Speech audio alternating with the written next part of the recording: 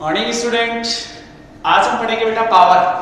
ठीक है ना। इससे पहले हमने वर्क डन और एनर्जी से रिलेटेड काफी चीजें डिस्कस कर ली, कुछ न्यूमेरिकल्स भी किए थे और न्यूमेरिकल्स आज और करते हैं सॉल्व। ठीक है ना। हम पावर की बात करें, the ability to do work, general अगर डेफिनेशन बात करें तो ability to do work is called power. या रेट ऑफ वर्क डन जो है, रेट ऑफ वर्क डन है, उसको भी अपन पावर बोल देते हैं। Power is also a scalar quantity, power is also a scalar quantity. जैसे हमने इसमें तीन टॉपिक की बात करी, वर्क, एनर्जी एंड पावर, तीनों स्केलर क्वांटिटी, तीनों में वर्क का रिलेशन है। तो सिंपल डेफिनेशन लिख लो, the ability to do work और the rate of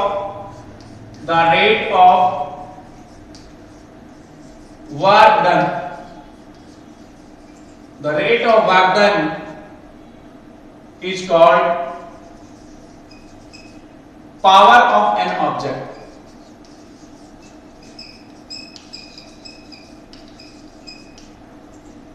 It's called power of an object. The rate of work done is called power of an object. General definition है. It is a scalar quantity. It is a scalar quantity. It is a scalar quantity. Power जो है वो scalar quantity है, because इसका relation किससे आ गया? Work से आ गया। ठीक है ना। W अपॉन T लिखेंगे, दोनों स्केलर है, स्केलर का रेशियो स्केलर ही होता है। अगर मैं एवरेज पावर की बात करूं, ठीक है ना, मैं पहले एवरेज पावर की बात करूं, average power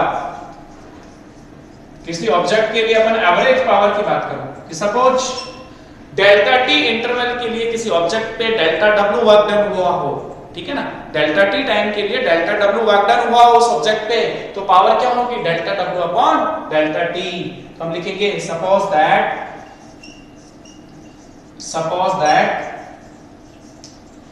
for delta T time the work done, suppose that the work done on an object, work done on an object, work done delta W लिख लो, on an object for delta T time interval,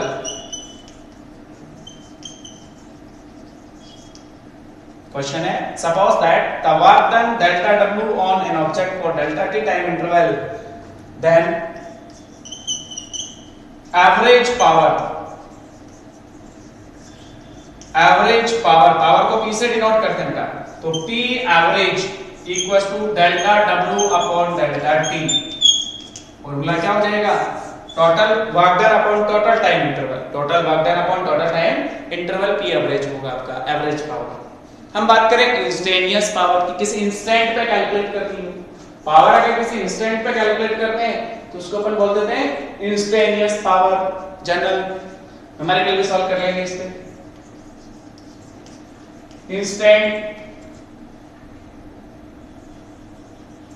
इंस्टेंटिनियस power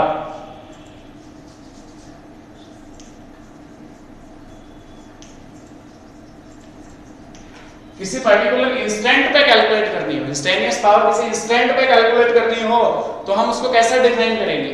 ठीक है ना। जो average power है उसके लिए limit delta T tends to 0, P equals to लिखेंगे limit delta T tends to 0, time interval को डिक्रीज करते जाएंगे, delta W upon delta T, और इसको लिखा जाता है बेटा P equals to dW upon dt, W का T के रेस्पेक्ट में डिफरेंशिएशन।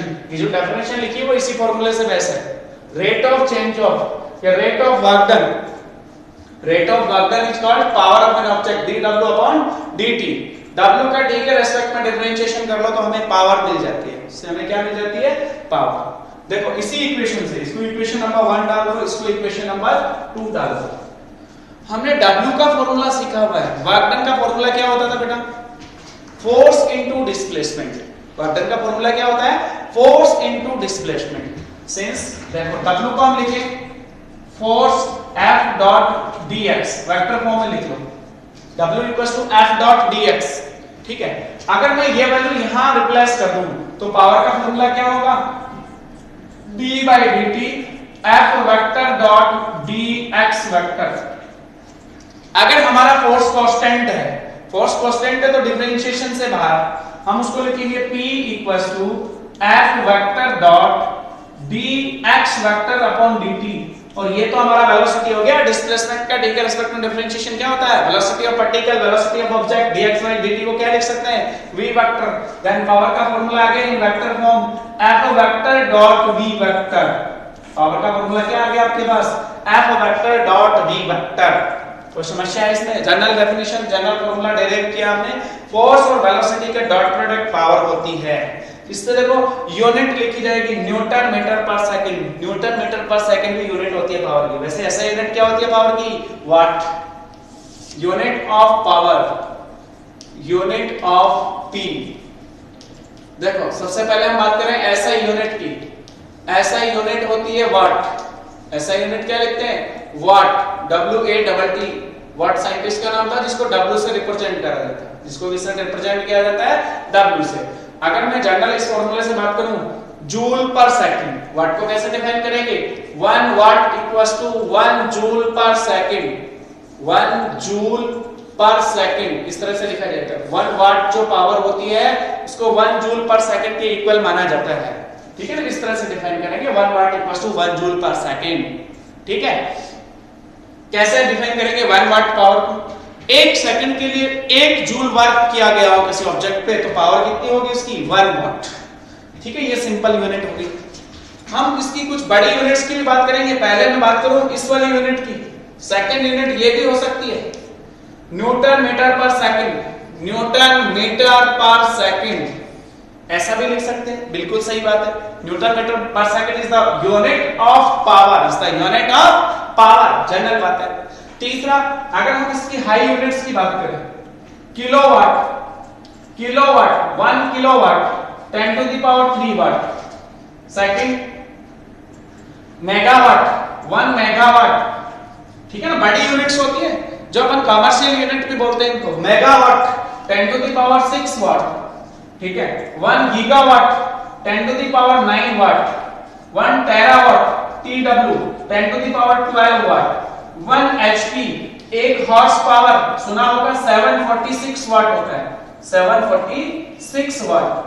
1 HP में 746 वाट होता है। ठीक है ना? तो ये पावर की कुछ और यूनिट्स होती हैं जो बड़ी यूनिट्स हैं, उनकी हम बात करेंगे। ठीक है?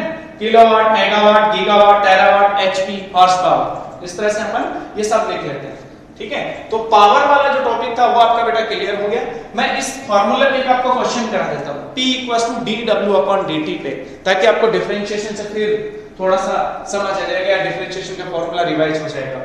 ठीक है ना? किसी ऑब्जेक्ट पे, किसी इंस्टेंट t पे work done given in terms of t। Question क्या है? जनरल क्वेश्चन है।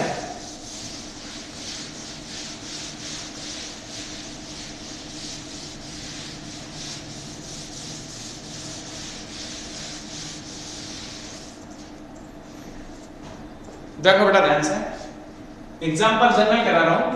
किसी ऑब्जेक्ट पे W गिवन है in terms of t 6t³ + 5t² - 3t + 5 joule. Instant t पे किसी ऑब्जेक्ट पे जो वर्क डन हुआ वो इस तरह से लिखा हुआ है और हमें इंस्टेंटेनियस पावर पूछी है 8t = 1 second. 8t = 1 second p calculate करना है, इंस्टेंटेनियस पावर कैलकुलेट करनी है। इंस्टेंटेनियस पावर कैलकुलेट करनी है तो पावर का फार्मूला अपने पास था बेटा p = dW/dt। इंस्टेंटेनियस पावर का फार्मूला dW/dt। अब अपने को w की वैल्यू जो है वो पता है, इसका t के रेस्पेक्ट में डिफरेंशिएशन करना है और उसमें भी t की जगह 1 सेकंड पुट करना है। तो p = d/dt। w आपका कितना है बेटा? 6t³ + 5t² - 3t + 5। इसका मुझे t के रेस्पेक्ट में डिफरेंशिएशन करना है। इस पूरी इक्वेशन का t के रेस्पेक्ट में क्या करना है? डिफरेंशिएशन करना और फिर t की वैल्यू 1 सेकंड पुट करनी है। देन पावर आ जाएगी आपके पास, डिफरेंशिएशन करो d/dt 6t³ + d/dt सबका होगा डिफरेंशिएशन, ईच टर्म का कर लेंगे अलग अलग। 5t² प्लस बीच में माइनस है d/dt into 3t plus d/dt 5।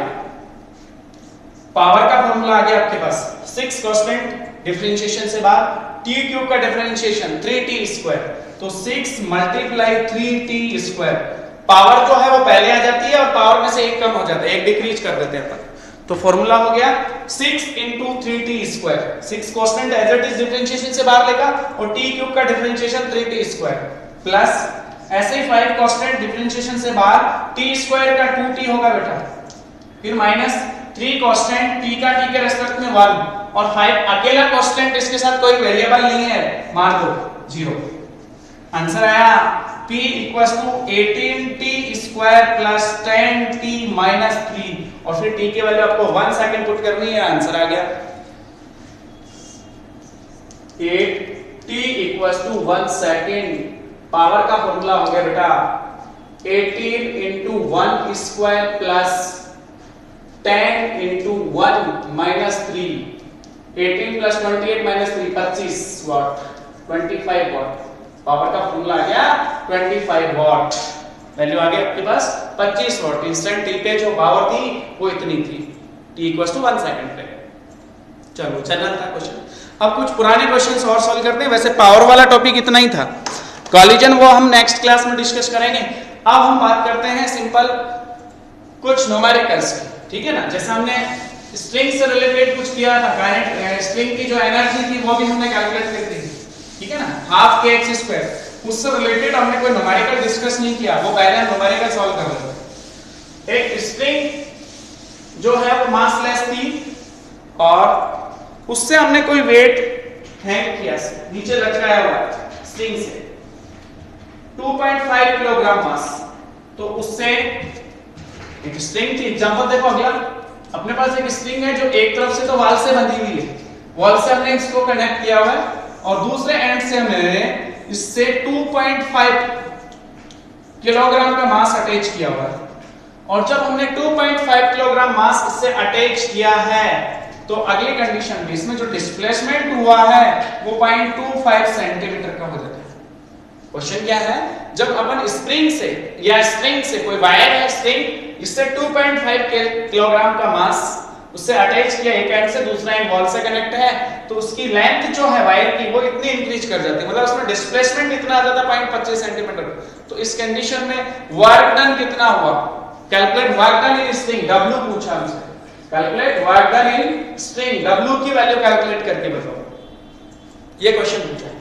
तो ध्यान से देख बेटा, जैसे हम स्ट्रिंग को 2.5 kg मास से अटैच करेंगे, नीचे की तरफ एक mg लगेगा, कितना लगेगा 2.5 into 10 25 न्यूटन, कितना लगा नीचे की तरफ 25 न्यूटन। तो ऊपर की तरफ इस स्ट्रिंग में जो फोर्स लगा वो 25 न्यूटन ही होगा।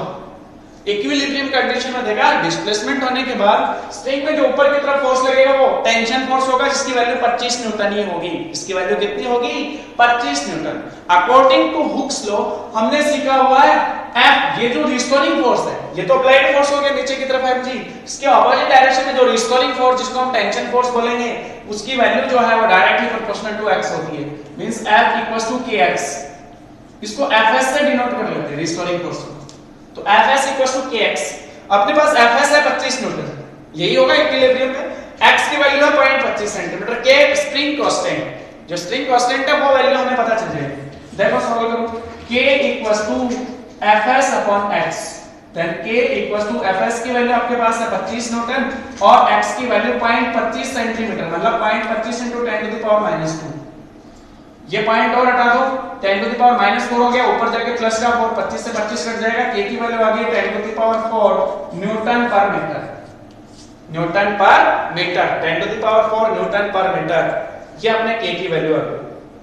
अब ध्यान से देखिए, अपने को वर्क डन कैलकुलेट करना था, ठीक है ना, कि जब इसकी लेंथ 25 सेंटीमीटर इंक्रीज कर जाती है तो उस केस में वर्क डन W कितना होगा, उसकी वैल्यू होगी हाफ kx स्क्वायर। इसकी वैल्यू कितनी होगी हाफ kx स्क्वायर, तो W equals to half, k की वैल्यू आप पुट कर दोगे 10 to the power 4, x की वैल्यू 0.25 सेंटीमीटर है उसका होल स्क्वायर, मतलब 0.25 multiply 0.25 into 10 to the power -4, 0.25 into 0.25 10 to the power -4, ये माइनस का 4 मीटर में कन्वर्ट करने के बाद यही लिखेंगे, प्लस के 4 से कट गया, 0.25 को 0.25 से मल्टीप्लाई कर लो, 2 का डिवाइड कर लो, वो वर्क डन आ जाएगा जूल में। W इक्वल्स टू, ये वैल्यू कितनी हो जाएगी 0.25 multiply 0.25, 25 25 625, 10 to the power -4 upon 2, 312.5 into 10 to the power -4 joule. ये आपका आंसर होगा। इतना वर्क डन होगा स्ट्रिंग को 0.25 सेंटीमीटर उसकी लेंथ इंक्रीज होने में, ठीक है ना। General question. एक और क्वेश्चन अपन सॉल्व करते हैं, इजी क्वेश्चन है। देखो एक व्हीकल है, अगर उसकी स्पीड को मैं 2 मीटर पर सेकंड से इंक्रीज कर दे रहा हूं तो उसकी काइनेटिक एनर्जी डबल हो जाती है। इनिशियल स्पीड कैलकुलेट करनी। एक व्हीकल जो है वो इनिशियल स्पीड u से मूव कर रहा था, अगर उसकी स्पीड 2 मीटर पर सेकंड से मैं इंक्रीज कर दूं तो उसकी काइनेटिक एनर्जी डबल हो जाती है। तो इस केस में इनिशियल स्पीड कैलकुलेट करनी है। क्वेश्चन बहुत आसान है, बस इसको समझना ही है कि क्या पूछा है।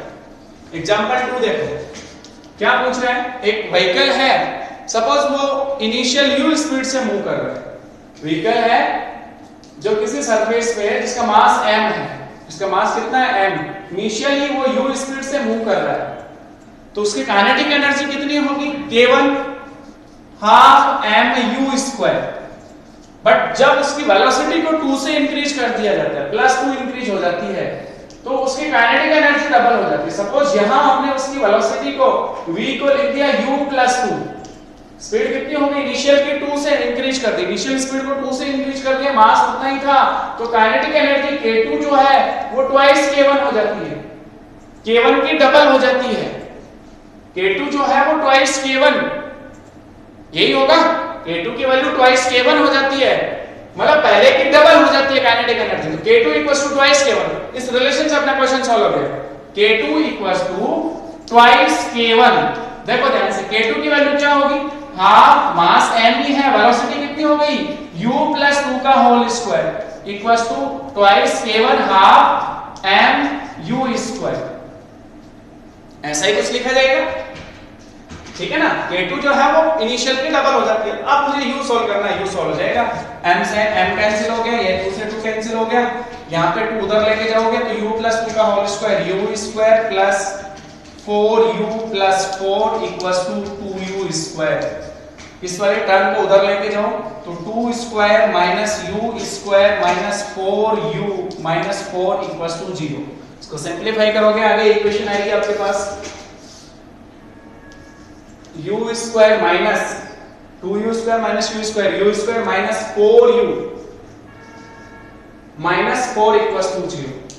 और अब या तो इसका फैक्टर हो जाता है तो फैक्टर कर लो, नहीं तो दायराचार्य फॉर्मूला यूज करके u की वैल्यू सॉल्व कर लो।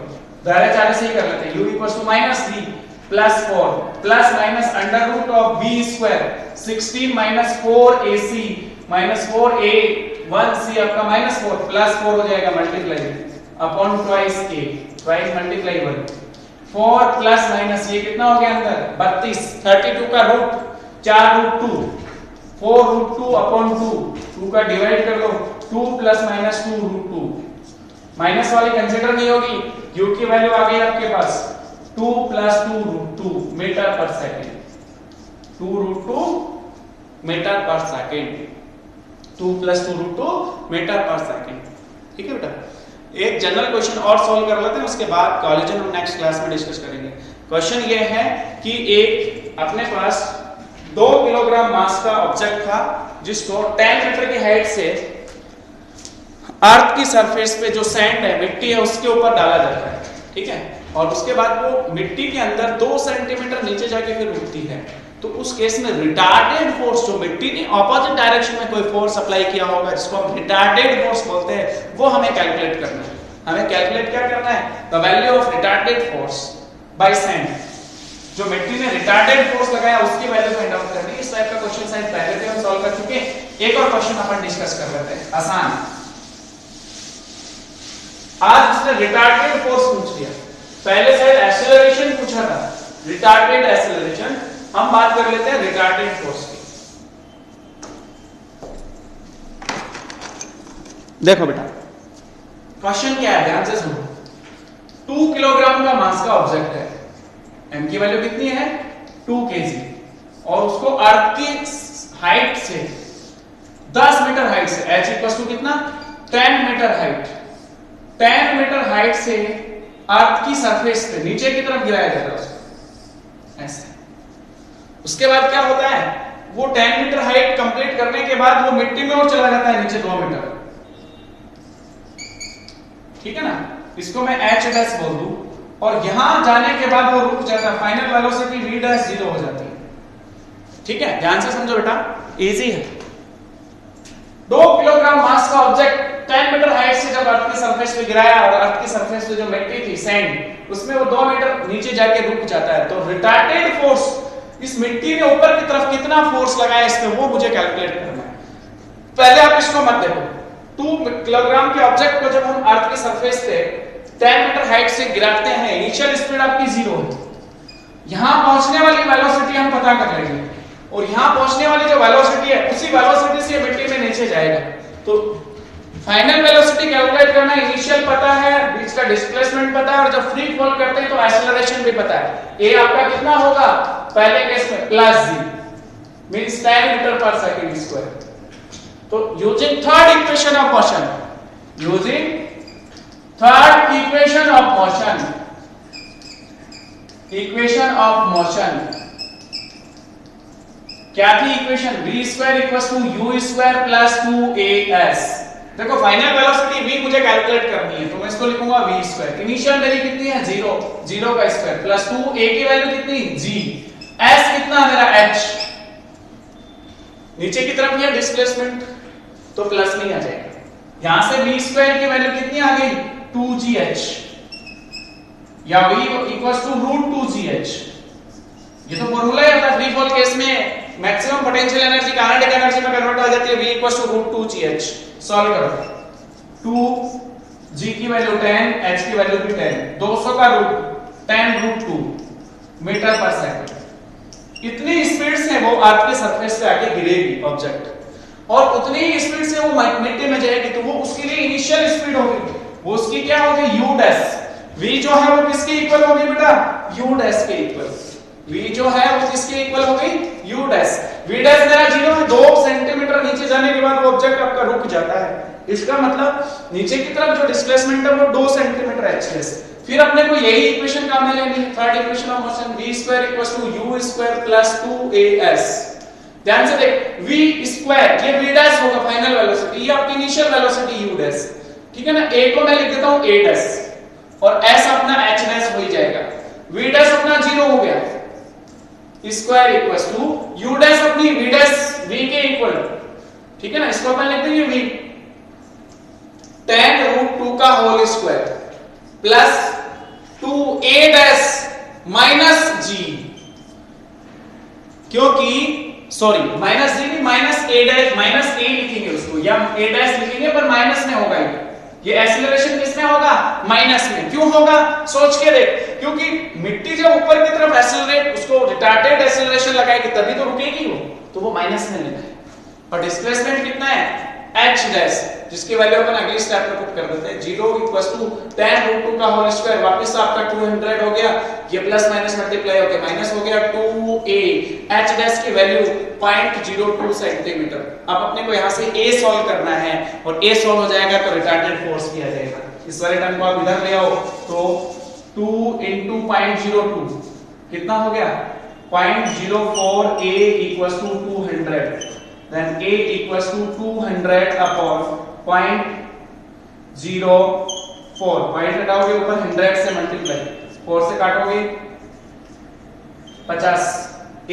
equals to 5000 मीटर पर सेकंड स्क्वायर, और retarded force according to Newton second law F equals to क्या लिखा जाएगा ma, then F equals to mass कितना ऑब्जेक्ट का 2 kg, a कितना है 5000 मीटर पर सेकंड स्क्वायर, आंसर आ गया 10000 न्यूटन, रिटार्डेड फोर्स कितना आया 10000 न्यूटन। इस मिट्टी ने जो ऊपर की तरफ फोर्स लगाया होगा वो इतना होगा, तब वो 2 सेंटीमीटर के बाद जाके ऑब्जेक्ट रुक जाता है। नेक्स्ट क्लास में अपन बढ़ेंगे कॉलेज। Thank you.